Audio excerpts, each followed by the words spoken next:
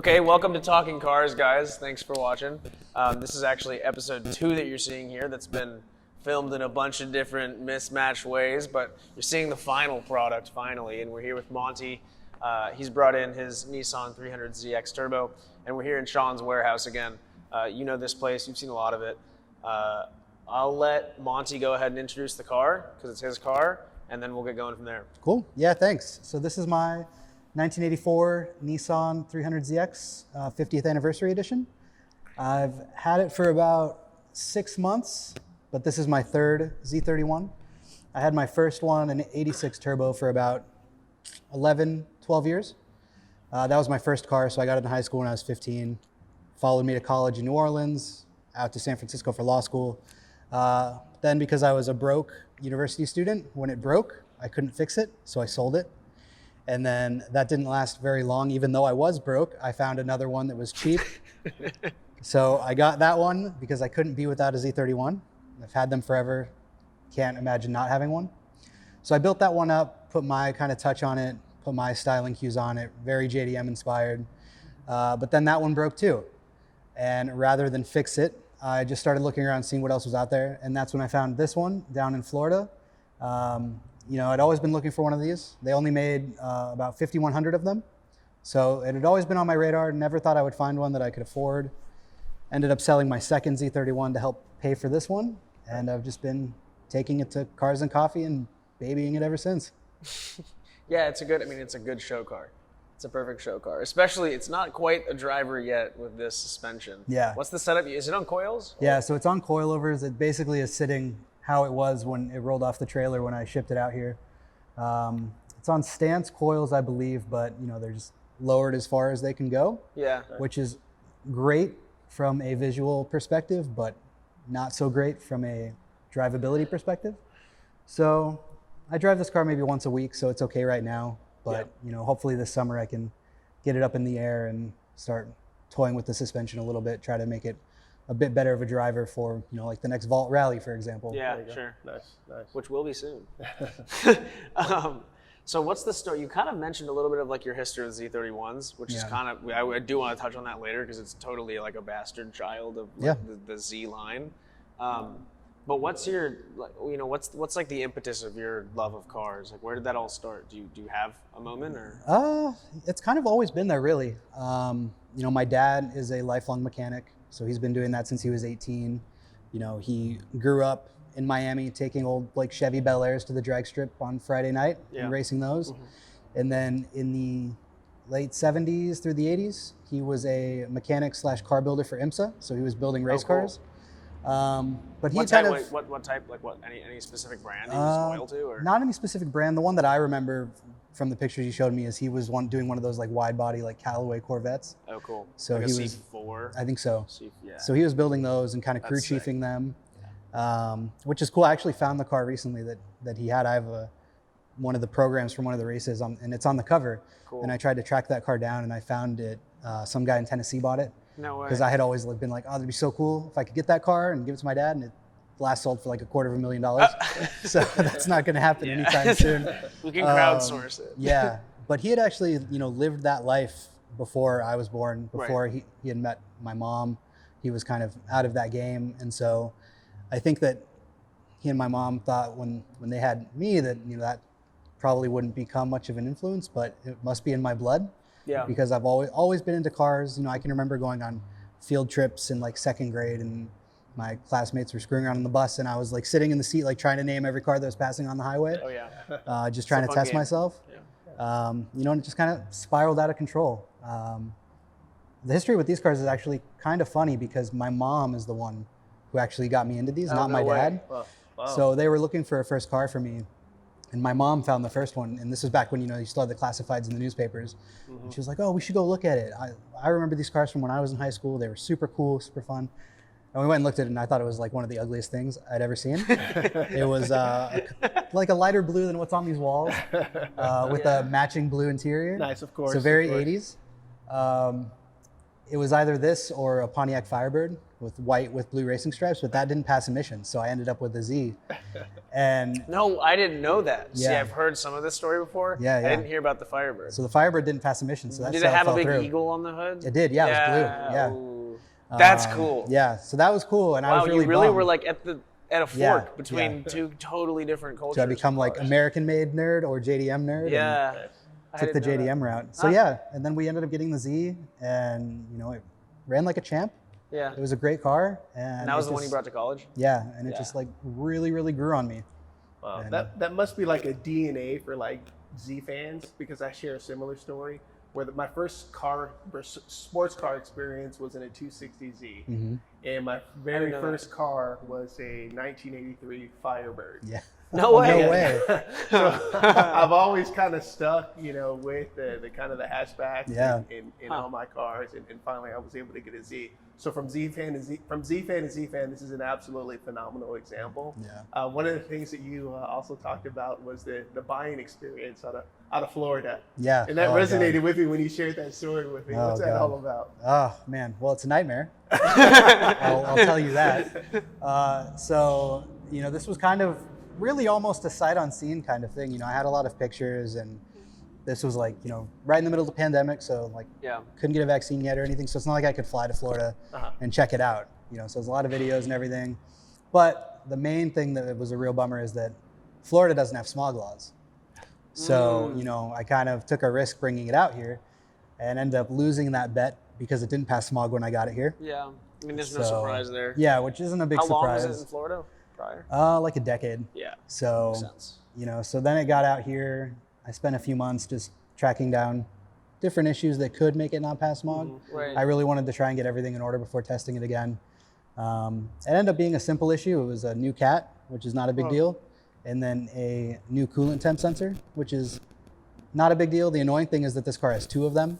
So of course the one that's easy to get to Why? wasn't broken.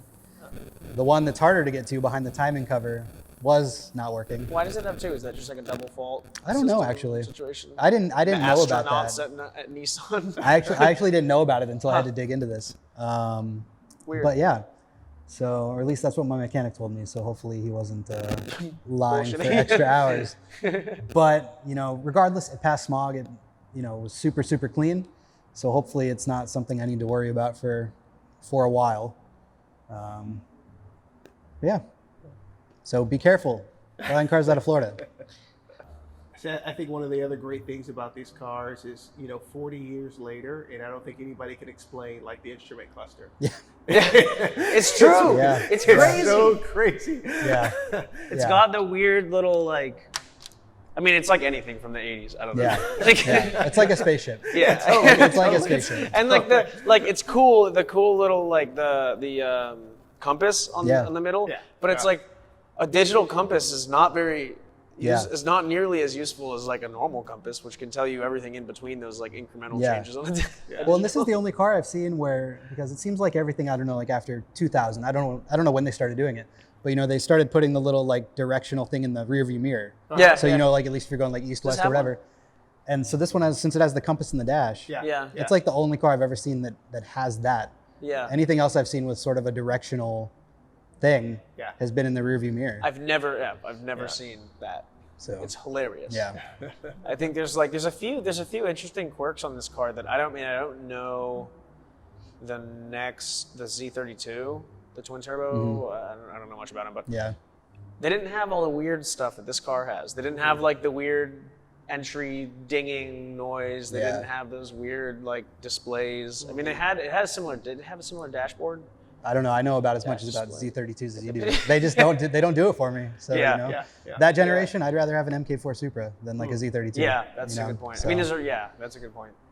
That's a good debate, though. Yeah. Mark IV Supra, R34, or RX-7. That's tough. Yeah. I'm really, since I bought his Miata recently. Since I bought that, I've been like really keen on RX-7s. Yeah, it's just a big Miata. Yeah, You know, yeah. with a different And engine. it's not loved. Mhm. I don't think quite like the other guys are. It's fair to say other cars come and go, but the Z is what will be buried in. Yeah, yeah, it'll be a Z of some sort for sure. Do you think you're gonna go? Is there another car after this one, or is this your pinnacle for you? Like In terms of Zs or just like for cars Zs, in general for yeah, Zs? I know there's more cars that you want. I mean, you just bought an RS3, but Yeah, that's a good question. I mean, I've always wanted to, like a 240 or a 260. sure. I really want something pre-smog now, just given the issues that I had Pain with in this the thing. ass, yeah. If there were another Z31 that I would get, I'd love to have this one and then a Shiro at the same time. Yeah, that's like the So- white, Yeah. white, All white with yeah. white rims. Yeah, They only made that for 1 year, kind of like this one, but even fewer numbers. I think like 1,300 something sounds What right. do they go for? What's their like market value now? Oh, now I have no idea. Nuts. I never see them for sale. I know one guy in LA, and I've told him that if he ever sells it, he needs to let me know. Yeah. So that's probably the best avenue I have to Is get. that you said 1,500 or 1,200? I think 1,300 sounds 13. right, but I don't know. And is that like North America or is that global? Do you know? I think that's just North America. Okay. With Canada maybe, but Yeah. don't quote me on that. But yeah, they're really hard to find. And then there's another one that I really like for the Z31s, and it's even more limited. But the only reason I like it is because of the color. They Oh. made like an emerald green No way. Z from the factory. I haven't heard about this one from you yet. Did you recently like? No, I've go known down about this this rabbit car. hole? There's one guy in Canada that has one, and I think his is original, the Okay. original color. But it's this really nice emerald green. And when I looked up the production numbers on this car for paint codes a while back, that car was like one of like less than 100 or something. No shit. For like all Wow. Z31s, that color option. Whoa. So that's like, I love that color, but I don't know if I'll ever find one. Huh. And the Canada guy, have you made contact? No, I haven't reached out to him yet, but I think from the way he talks about his car, I'd be surprised if he ever, If he let ever it go. sells it, yeah. And I totally get it. What modifications or changes have you made to this? Is this all stock? Yeah, so besides the suspension that the previous owner put on it, it's all stock besides, like mechanical wear and tear things. Nice. Okay. So, it's got the original seats, original steering wheel, the original radio, which a lot of people will take out for, a more modern head unit. So my goal with this car is to not let my urges get the best of me and to try and keep it as original as I can and, What do you and want just to preserve do? it. What are your urges trying to make you do? Man, I don't know. I've always, Leave it here. exactly. I mean, it'd be nice to just really, restore the wheels, restore the paint, Yeah. just make it look brand new. But I want to be able to drive it as well. Yeah. And I know if I did that, then, I'd be afraid to drive it. So I just want to enjoy it, drive it, try to keep it as original as I can. And, if things need to be replaced or break here and there, it's all part of the experience. Yeah. Like, what are common mods on 300ZXs that like? I mean, that's the thing is it's really hard to modify these cars. Why is that? There just like, wasn't low there just volume? wasn't an aftermarket for them. So do you pull? you know. Do you pull from like other cars? Yeah, and so just one of the retrofit it? most popular things, because people do like to slam these, but it's really hard because for like the front, if you want to go coils, you basically have to cut off the bottom half of the strut tower and then weld the coil Yeah. to the strut body. So Right. it's kind of a gamble unless you know someone that can really weld well. So what a lot of people will do is they'll take like suspension from S13s and do basically subframe conversions Huh. to have better Wow. suspension geometry That's a and lot of work. more aftermarket options. Yeah, it's a lot of work. So there's definitely a committed culture to these cars, I'll say. Nice. So I really love them, but from a mechanical side, that is way out of my wheelhouse. So the fact that somebody already took the time to do the coilover conversion for me was a really nice bonus. Right. What did that entail? What does the coilover conversion entail on this car, like work-wise? So on these, I mean, if you just buy the coilover setups, I mean, the rears are pretty easy. They're bolt-ins, but the front is where the challenge is, Right. where you just, Same you thing. take out the whole strut body, cut off the spindle. Right. Weld in Re-weld the it. coil And it was. and- Did you like inspect it? Is Yeah. it pretty So well that done? was one of the things I had it sent to a Nissan dealer in Florida. Oh, really? To inspect the weld. It was it. pretty well done. Yeah, just to make sure. And then the guys down there were cool. I talked to them on the phone. I was like, here's what I want you to look at specifically. Nice. You know, let me know if you see anything else. This is why I bought his Mazda. Shit like that. So yeah, I mean, but other than that, you know, I mean, these cars are so hard to find that if I see another one on the road, you know, it's automatically just kind of like a kudos to that person for having it on the road. So, you know, if they want to modify it however they see fit, it's all good. I went through a phase with my first and second Miatas, you know, where I sticker bombed the hell out of it, and you know, I've seen photos of you know, from Radwood. You do all of those things, and you know, it's kind of a phase, and then you know, you grow up a little bit, and your taste changes. You know, so now I've got this car, and I've got my RS3, and you know, I get the urge to like put a sticker on it every once in a while, and so far it hasn't happened yet. Because I mean, they look good as they are. You know, I mean, on most of my cars, I would tint the windows at 5%, and I haven't even tinted these yet. Because I want people to be able to like see inside. You know. Well, it's an interesting. I think one of the things you definitely can't do with these cars is not have the T-tops on. Yeah. Exactly. Well, in so many of these now, because they're what, like 40 years old. T-tops leak anyway. So you might as well just not drive it in the rain and you know, get some waterless wash and wax. He's got the super track rat windshield wiper delete. Yeah, it looks so much better though. It looks so much better though. Didn't I do that on the Miata too? Yeah, exactly. Exactly. Now, does the intake on the hood, the air intake, does that actually serve a purpose? Which side of the car? That's on the driver's side? Here? Is that? I think that's the side that the turbo's on. Is that going to the turbo? So I think it's cooling for the turbo. Okay. And, you know, like the air intake. It ports into something though. It doesn't. I mean, it's got holes in it underneath, but it doesn't. Okay. It's not like one of those. It's not like a Subaru where it's got like, you know, the box around it. Yeah. One thing that surprises me is a lot of these low volume 80s cars, somebody ends up taking one of them and turning it into like some unbelievable Sema build or like some crazy modded story. And I don't know any Z31s with that story. Do you know of any? Yeah, so there's one guy on Instagram who's kind of living out everyone's dream. I had wanted to do this with my last Z actually, but he basically like took the whole thing down to bare metal, stripped the whole car out, had it at a professional paint and body shop, you know, shaving the engine bay, painting the interior, painting the exterior. He's throwing an RB, I think an RB20 in it. Oh, sweet. Nice. He's staying. And he's in Virginia, so I think the emissions requirements are a bit more friendly. Is he like turboed RB? I think so. I think so. So he's kind of breaking the internet for the Z community right now with it gold? With that build. It's yellow, yeah. Yeah, I've seen I think it's that. a special 240Z color actually. Okay. If I remember correctly. Oh. But yeah, I can't remember his Instagram handle off the top of my head. I think.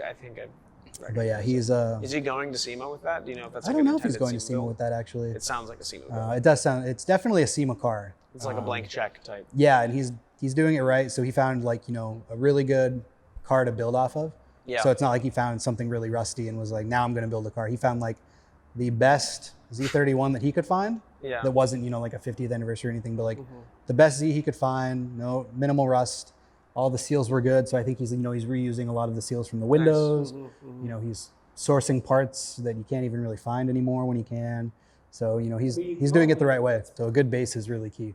Yeah. So I'll be keen to see how it turns out. I think he's been doing some write-ups for Speed Hunters too. So you could probably find it there too. We should link him. Yeah. Maybe I'll put one of the things up here. Like the YouTubers do. Below. It goes below, I think. Below? Yeah. Okay. Yeah. I'll put a box up top that you can click. I don't know how this works.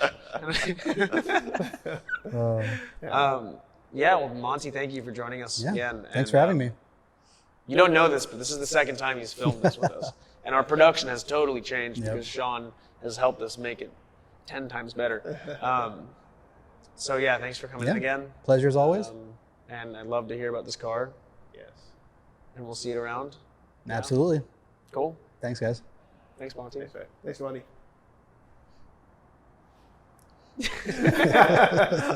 Oddest outro ever.